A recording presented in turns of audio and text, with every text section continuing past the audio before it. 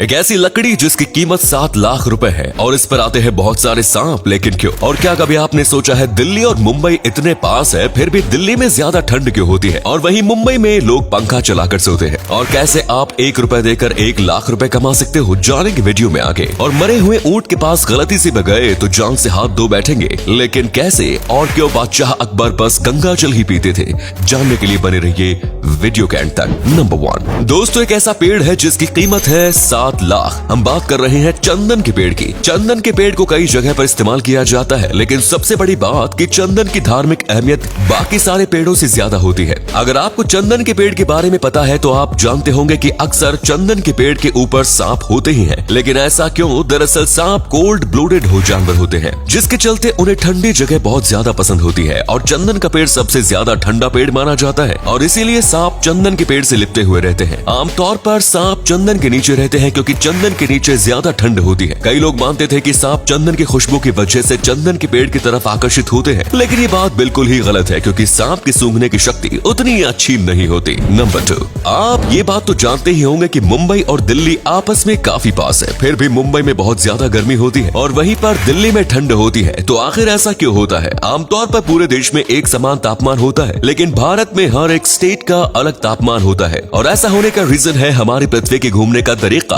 पृथ्वी एकदम सीधी के नहीं घूमती बल्कि थोड़ी टिल्टेड होकर घूमती है और भारत ज्यादा चौड़ा देश नहीं है बल्कि लंबा देश है और पृथ्वी को 3 लाइन में डिवाइड करता है जो अलग टेम्परेचर रखती है। जिस देश में बीच वाली लाइन जाती है वहाँ पर गर्मी होती है और भारत लंबा देश है जिसके चलते यहाँ तीनों लाइन भारत के ऊपर से गुजरती है और ये बीच वाली लाइन मुंबई के ऊपर से गुजरती है, जिसके चलते मुंबई में सूरज की रोशनी डायरेक्ट आती है और वहाँ पर गर्मी ज्यादा होती है और दिल्ली में गर्मी थोड़ी कम। बाकी हमारा देश भारत है ही अनोखा। नंबर 3 दोस्तों, अगर आप कभी रेगिस्तान में जा रहे हो और अगर आपको बीच में कहीं पर मरा हुआ ऊंट मिले तो जितना दूर हो सके उतना दूर भाग जाना, क्योंकि अगर आप उसके पास गए तो आपकी जान जा सकती है। आपने ये बात तो सुनी ही होगी कि ऊंट अपने हम्प में पानी स्टोर करता है, लेकिन असलियत में वो वहाँ पर पानी नहीं बल्कि फैट स्टोर करता है और अगर ऊंट मर जाता है तो उसके शरीर में जो फैट स्टोर हुआ होता है वो मैथेन गैस में बदलने लगता है और रेगिस्तान में गर्मी होने की वजह से जो गैसेस होती है वो उनके शरीर से बाहर की आने की कोशिश करती है, क्योंकि गर्म हवा हमेशा ऊपर की ओर बढ़ती है और इसीलिए इस गैस के प्रेशर की वजह से जो ऊंट होता है वो फट जाता है।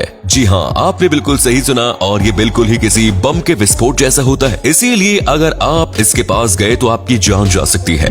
नंबर 4 दोस्तों, बॉलीवुड के बिग बी यानी कि अमिताभ बच्चन को तो आप जानते ही होंगे। इनकी गिनती सबसे अमीर एक्टर्स में होती है, लेकिन मैं आपसे कहूँ कि इनका एक परिवार है जो कि गरीबी में जी रहा है तो आपको यकीन नहीं होगा, लेकिन ये सच है। अमिताभ बच्चन का एक भतीजा है जिनकी हालत बहुत ही ज्यादा खराब है। यह दोनों परिवार पहले बहुत ही ज्यादा करीब थे, लेकिन इन दोनों के बीच जमीन और पुश्तैनी घर को लेकर विवाद हो गया। इनका एक पुश्तैनी घर था जिसमें इनके भतीजे अमिताभ बच्चन के पिता हरिवंश राय के जिंदगी के ऊपर एक म्यूजियम बनाना चाहते थे, लेकिन अमिताभ बच्चन को इसमें इंटरेस्ट नहीं था और इसी बात में दोनों के बीच दूरियां बढ़ गई। यह परिवार आपस में बात भी नहीं करते हैं। अमिताभ बच्चन चाहे तो चुटकियों में अपने भतीजे के परिवार को अमीर बना सकते हैं, लेकिन वो ऐसा नहीं कर रहे हैं। कुछ लोग मानते हैं कि इनके बीच झगड़े की वजह कुछ और है, पर ये सब बातें तो इनके बीच की है। आपको क्या लगता है नीचे कमेंट्स में बताएं। नंबर 5 दोस्तों, क्या आपको पता है मुगल राजा अकबर जो था वो बस गंगा जल ही पीता था। चाहे वो दुनिया के किसी भी कोने में क्यों न हो, वो अपने साथ हमेशा गंगा जल रखता था और अगर गंगा जल ना हो तो वो पानी ही नहीं पीता था। अकबर ने कुछ खास सिपाही रखे थे जो उसके लिए किसी पास के गंगा सूत्र से गंगा जल लेकर आते थे। जैसे आपको पता है कि गंगा नदी पूरे भारत में होकर गुजरती है, इसीलिए अकबर जहाँ भी होता था उसके पास कहीं गंगा है यह देखा जाता था और वहाँ से पानी लेकर आया जाता था। दरअसल गंगा जल बहुत ही ज्यादा पवित्र था। आज भी गंगा जल पवित्र है, लेकिन उस जमाने में गंगा जल आज से कहीं गुना ज्यादा पवित्र था। साथ ही गंगा जल में एंटी बैक्टीरियल क्वालिटी होती है, यानी कि गंगा जल को आप कितनी भी देर तक रखोगे तो भी उसमें बैक्टीरिया नहीं आएंगे। नंबर 6 दोस्तों, आप 1 रुपए के बदले 1 लाख रुपए ले सकते हो। सुनने में मजाक लगता है, लेकिन ये सच है। दुनिया में कई सारे लोग हैं जो कि पैसों को कलेक्ट करते हैं। हाल ही में भारत की एक 1917 की 1 रुपए की नोट 1 लाख रुपए में बिकी। अगर आपके पास पुराने जमाने के सिक्के हैं तो आप उसके बदले पैसे ले सकते हैं। OLX क्विकर ऐसी कई वेबसाइट्स हैं जहां पर आप ट्राई कर सकते हो। अगर आपके पास थोड़ी भी पुरानी नोट है तो आपको ट्राई करना चाहिए, क्योंकि कब आपकी किस्मत खुल जाए इसका कोई भरोसा नहीं। और अगले फैक्ट पर जाने से पहले इस फोटो को ध्यान से देखिए और बताइए कि आपको किस एक्टर का फोटो दिखाई दे रहा है। इससे पता लगेगा आपका दिमाग और आपकी आंखें कितनी तेज है। मिलते हैं आपको 5 सेकेंड्स।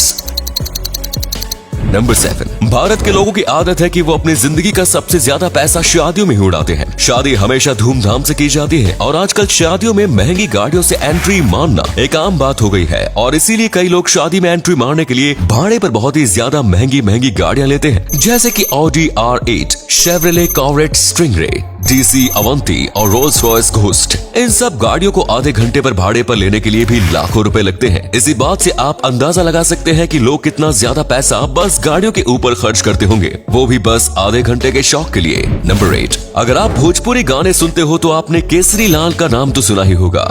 ये बहुत ही बड़े भोजपुरी सिंगर है और साथ ही एक्टर भी, लेकिन इनकी जिंदगी हमेशा से ही इतनी अच्छी नहीं थी। इनका जन्म बहुत ही ज्यादा गरीब परिवार में हुआ था। ये 9 जन का परिवार था। इनके पिता रात को वॉचमैन का काम करते थे और सुबह चने बेचते थे। घर की हालत ठीक न होने की वजह से केसरी लाल ने 10 साल की उम्र में ही दूध बेचने का काम शुरू किया। उन्होंने और भी कई काम किए, लेकिन उनकी घर की स्थिति सही नहीं हो रही थी। फिर वो दिल्ली आ गए और दिल्ली में उन्होंने लोटी चौका बेचने का काम शुरू किया और इससे पैसा जमा करके उन्होंने अपना एल्बम लॉन्च किया। वो गाना फ्लॉप हुआ। इन्हें बचपन से सिंगिंग का शौक था और इन्होंने जिंदगी में जितने भी काम किए, लेकिन कभी भी सिंगिंग को नहीं छोड़ा। फिर इन्होंने एक और एल्बम बनाया, वो भी फ्लॉप। ऐसे कई फ्लॉप सॉन्ग्स बनाने के बाद फाइनली उन्होंने माल बेते ही मेला नाम का गाना बनाया, जिसने इन्हें आज इस मुकाम तक पहुंचाया है। तो उम्मीद है आज की वीडियो आपको पसंद आई होगी। अगर आई तो प्लीज लाइक कीजिए, शेयर कीजिए, कमेंट्स कीजिए और इसी तरह के इंटरेस्टिंग फैक्ट वीडियोस देखते रहने के लिए चैनल को सब्सक्राइब करें। धन्यवाद।